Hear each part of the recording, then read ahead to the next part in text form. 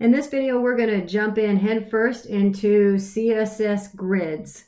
And grids are kind of like flex boxes, and they're kind of like tables, but they allow us to align or to manipulate our HTML in what feels like a table, but it's also responsive. And let's just jump in and see how it works. So you can see I've already set up a project for us, and the idea here is that we're going to have a parent, and then we're going to have some siblings. And you always have to set up the parent with a display. Just type it in here, display, and these are grids that we're working on, so display grid. And so the parent gets set up with a display type similar to Flex, except it's grid. So we have our display grid, and then we have some children. So the immediate children then are eligible to be gridded, to be gritty. Okay, let's give it a whirl. Let's see how this works. All right, so the first thing I'm going to do, just by demonstration to make life easier, is just easier just to demonstrate, is we're going to use something called grid template. Grid template, and we're going to play with the columns. So grid template columns. And so right off the bat, we're going to create columns that are 300 pixels wide. So let's see that happen. All right, nothing impressive yet, but each of these columns is 300 pixels wide.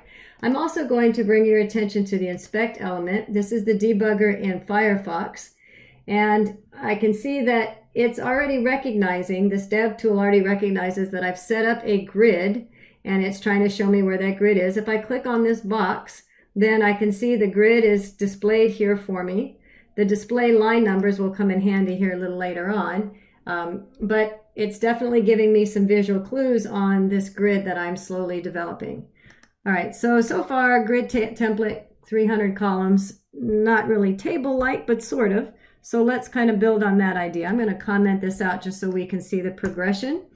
Make my life easier, I'm going to copy and paste the grid template columns, and we're going to do something a little different this time. We're going to do 300 pixels and then space 100 pixels.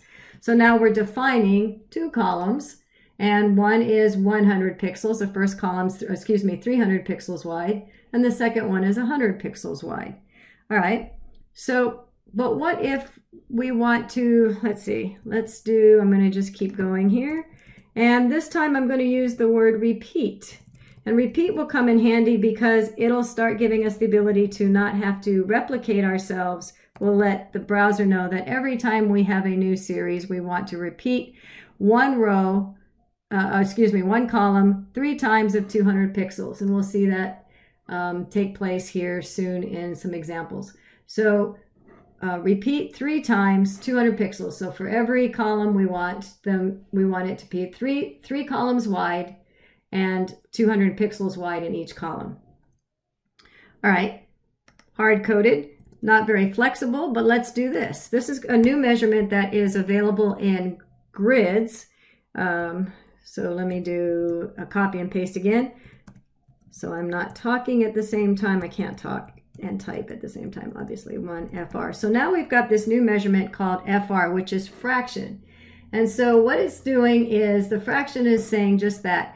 Of the whole piece, I fractionally want one part of it. And since there's 3 of them, each of these ones get a third of the whole piece.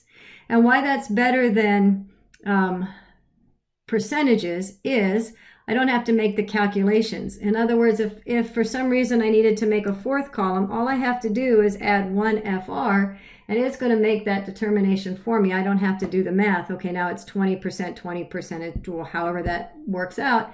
It's just going to be fractionally, it's going to figure things out for me. So similarly, if I decide to do, I want this part to take up 2 parts, so it's taking up 50% in this case, right? Because these are there's 4 pieces of the pie. These each get 1 piece of the pie, and so then the additional gets 2. So let's see how that works. And so the browser is going to figure all that out for us fractionally. So this is a new measurement that is available with grids. All right, so I'm going to leave that there. Next we're going to define some, well, let's talk about gaps. So I'm just going to put that there as a comment, and then we're going to do grid column gap and see what that does for us. So I'll make this one maybe 10 pixels just so we can see it. And so gap does just that. In the columns, it's going to give us a nice little gap in between the two. So again, that can be a percentage. It can be 1 EM or something along those lines. I'm going to do grid row gap just to see. I'm going to make that one a little bit more extreme just so I can see it. Did I do that right? Grid row gap. And so we'll refresh that and we should see, but we don't. So obviously I did do something wrong and I did a semicolon here instead of a colon. So that should fix things. And now we see a gap in between our rows. Okay. So we could also shortcut and we can do grid and gap, and that does the two of them. So I'll do a 15 just so we can see the difference. And so now we've got some equal gapping between all of our different columns and rows. All right, so let's talk about rows. So I'll comment that out and we'll do, rows. So there we go, commenting of rows. Okay, so let's do grid auto. Now you can do this with columns too, but I'm going to say I want to give a default to all of my rows of 100 pixels. So the height of all of my rows by default are going to be 100. And so we see that take place, and let's just verify that. If I use my dev tools, we can see that the height of each of those is definitely 100, so that's correct. But here's the challenge with that, and we can fix it also. So in my item 3, where I don't have anything, I'm going to put in some lorem ipsum text. So I'm just going to use Emmet to fill in a bunch of lorem ipsum for me. And what's happening now is this text is extending beyond the default that I gave it. So each of these are taking up 100 in height, but my text is, and if I highlight it, I'm pretty sure I can highlight, you can see that it's extended beyond that particular column. And so what we can do instead of doing it this way is I'm going to, again, I'll do it this way. So I'm going to do grid, template, rows. And this time I'm going to use something called MinMax. And what MinMax is exactly that. It's going to say what is the minimum and what is the maximum that these rows should be. So the minimum I ever want them to be is 100 pixels.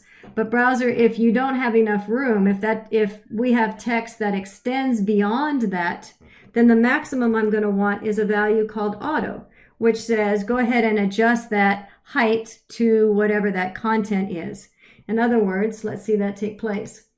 And so now what you'll see is the browser recognized that in this particular case, the height needed to be taller. So the entire row also took effect because they're all on the same row. So if I move this over, oh, I only have 3 columns. So let's do one more column. Let's do another column. And there's a reason why I'm going here. Let's see. And then I refresh this. And now you can see the 4th column had to come over. And it also took the same height because we have to take this as the new default height for that row. All right, let's see. So I'm just going to go back to where we were for no particular reason. Okay, good. Now let's do, I have this div right here, this number 5 div. I have it separated with its own class so that I can do some things to it separately. And just for, I'm going to close this up because we don't need to see it. So item 5, let's see what we can do with just a single child item. All right, so the first thing I'm going to do is I'm going to set grid column to 3. I'm not sure what that means, but let's go ahead and refresh it and see. So let's find our grid column, our item number 5, and we find it over here. So what's happened is it looks like we're saying go to put it in column 3, and we kind of are. But what I want you to look at more is not the column itself, but the line number. In other words, this is line number 1. This is line number 2, and that's what these little line numbers are showing us. And here's line number 3. So what we're really saying is not put this in column 3, but start it on line 3. And so recognize that everything got pushed over. The browser, now we have a blank space here. The browser pushed that div over to line 3, and then 6 got pushed down a line. So let's take that a little further. Let's keep going with that idea.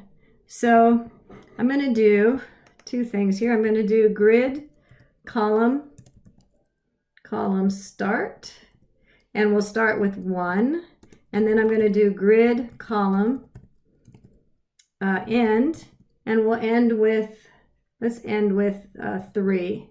So let's refresh that and see what happened. Nothing happened, which means I did something wrong. Let me see what I did wrong. Oh, right here. Okay, so now let's see what happens. That's what I expected to happen. All right, so start line item 5, or class item 5, on line 1. Here's line 1, so that's where 5 is starting. And then end it on line number 3. Line number 3 is here. So recognize that this is not extended through column 3 as you might think, 1, 2, 3. It's ending on that line number 3. And so this is spanning over 2 columns. So shortcut to that would be, we could just do grid and then column, and then this is a shortcut. We can say there's your start and there's your end, and that will do the same thing. So we should see it doing the same thing there. Okay, let's try it in a different way. All right, I'm going to comment this out just so I don't see conflicting information, so I can just see one thing at a time. Let's try grid row start, and I'll start at 1, and then grid row end, and let's end at 4. Okay, and now if we refresh this, what we're seeing is the same concept, where the row is starting on line number 1, which is this line at the top, and then end at line number 4, which in this case happens to be the very last line. So if we said 3, it's going to end right here on 3. So don't think of this as rows per se, as the line numbers, and the line number here starts here, 1, 2, 3, and 4. So if we put these two together now, I'm going to uncomment, again, there's the shortcut. Let me just show you that. Grid, row, and then I can do the same thing, 1/4. Okay, and then comment out those. So that's synonymous, shortcut. And then if I undo these two, so I can do both column and row. So let's save that and see what happens to our page. So now we're seeing that item 5 is being placed on column 1. So remember, these go across column 1 and extends to, line number 1 and extends to 3. And then it starts at row 1 and extends to line number 4. So we could very easily change the way that works by maybe changing that till 2, and now we should see it go down 1. So now it's starting on line 2 and then moving down to line 4. So this grids give us a really nice way to sort of plop things into different cells of a table for a good analogy. And we'll see more examples of this in upcoming lessons.